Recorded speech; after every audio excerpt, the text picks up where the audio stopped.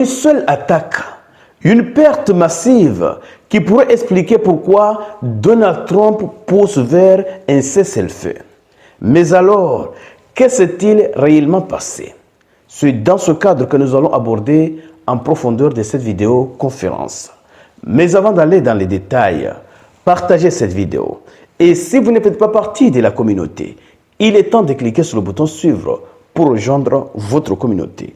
Allons-y directement dans les détails. Que disent les sources? Selon le Wall Street Journal, une frappe de missile iranienne a touché la base aérienne Prince Sultan en Arabie Saoudite, endommageant 5 avions de ravitaillement de l'armée de l'air américaine au sol. En principe, une frappe de précision, une frappe de missile de précision iranien a réussi à endommager en tout 5 avions ravitailleurs stationnés au sol dans une base en Arabie Saoudite. Vous voyez l'intérêt pour l'Iran de frapper les bases américaines au Moyen-Orient. Ces 5 ravitailleurs seraient utilisés dans les prochains jours pour frapper le pays. Donc l'Iran a le droit et le devoir et la légitimité de frapper ces bases. Oui, parce que ces bases sont utilisées par les Américains dans ce qui se passe actuellement contre le pays. Les avions ont été endommagés d'après les sources, mais pas détruits.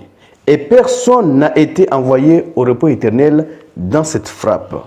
Cela porte le total à au moins 7 avions de ravitaillement américains perdus ou endommagés récemment. L'essentiel, c'est ça. Ce n'est pas de détruire complètement l'avion, même si cela aurait été très intéressant, mais endommager l'appareil, c'est déjà bien. Parce que ces appareils ne seront pas utilisés dans cette période, quel que soit l'état, oui, à laquelle il se trouve. Parce qu'un avion déjà endommagé présente beaucoup de risques. Donc, ils seront obligés d'être remplacés par d'autres. Je dois demander chez monsieur. Lorsque vous voyez l'Iran frapper les bases au Moyen-Orient, ce n'est pas pour rien. Ce n'est pas une mesure de représailles, c'est une mesure de protection. Je dirais même une opération défensive. Oui, l'Iran est en train de se défendre, frapper une base au Qatar. Que cherchent les Iraniens en frappant le Qatar? Ils cherchent à endommager les appareils de communication, les radars et les systèmes de défense. Ils frappent une base en Arabie Saoudite. Qu'est-ce que les Iraniens cherchent là-bas? Frapper les moyens de transport, les moyens de ravitaillement. Donc l'Iran est en train de se défendre. Je demandé chez monsieur. Mais j'avais déjà eu cette information. 19 membres du personnel militaire américain ont été évacués d'Arabie Saoudite vers l'Allemagne aujourd'hui, après avoir été gravement blessés dans des attaques iraniennes, selon CBS News. C'était il y a quelques jours que j'ai eu cette information. Je demandé chez monsieur, les 19 personnes que je viens de citer, est-ce que les médias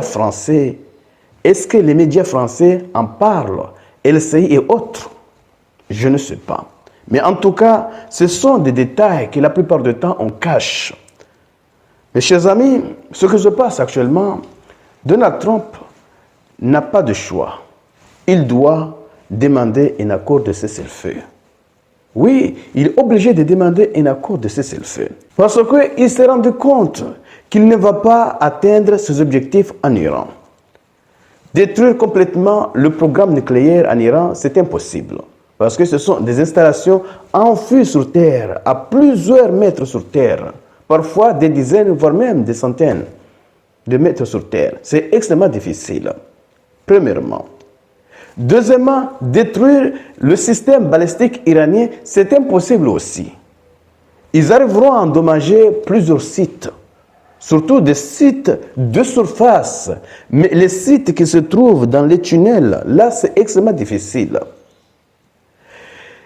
Impossible de changer le régime en Iran. Donc, si Donald Trump s'engage dans un conflit où il ne peut pas ni détruire complètement le programme nucléaire iranien, ni détruire le système balistique, ni renverser le gouvernement, à quoi sert de continuer dans ce sens? Et pendant ce temps, il y a des pertes côté américain. Il y a des avions ravitailleurs détruits, il y a des militaires qui sont partis au repos éternel et beaucoup d'équipements. Donc, il n'y a aucun intérêt de continuer dans ce sens. La seule personne qui peut bénéficier de ce conflit est Israël. Parce que, quelle que soit l'issue de ce conflit, Israël sortira gagnant. Pourquoi? Parce que l'objectif est de changer le régime en Iran. Mais s'ils n'arrivent pas à changer le régime en Iran, ils auront un autre objectif, affaiblir l'Iran.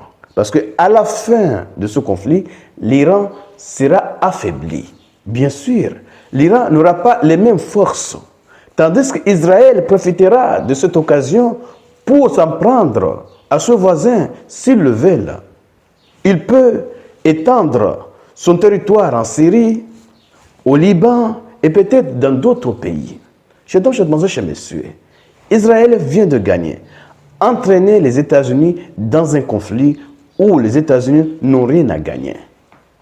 Israël a étudié ce plan depuis, mais aucun président des États-Unis n'a accepté de le suivre.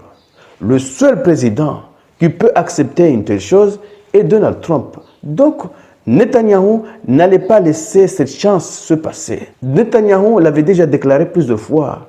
C'est maintenant que nous devons nous battre contre l'Iran avant que ce soit trop tard. Donc, ils sont maintenant dans une voie qu'ils ont préparée depuis des années. Mais Donald Trump, qui ne comprenait rien, les a suivis. Maintenant, il comprend qu'il n'a rien à gagner en Iran, sauf la destruction de leur base, la destruction de ses intérêts dans la région et la perte de confiance quant à sa capacité à protéger les pays du Golfe. Donc, il a tout à perdre. Mais surtout, la fermeture du détroit d'Ormuz complique encore la situation. Je demande chez messieurs, partagez cette vidéo pour faire en sorte que ceux qui ne sont pas encore abonnés puissent également bénéficier de ces informations. Parce que nous sommes dans une situation extrêmement délicate. Imagine Donald Trump.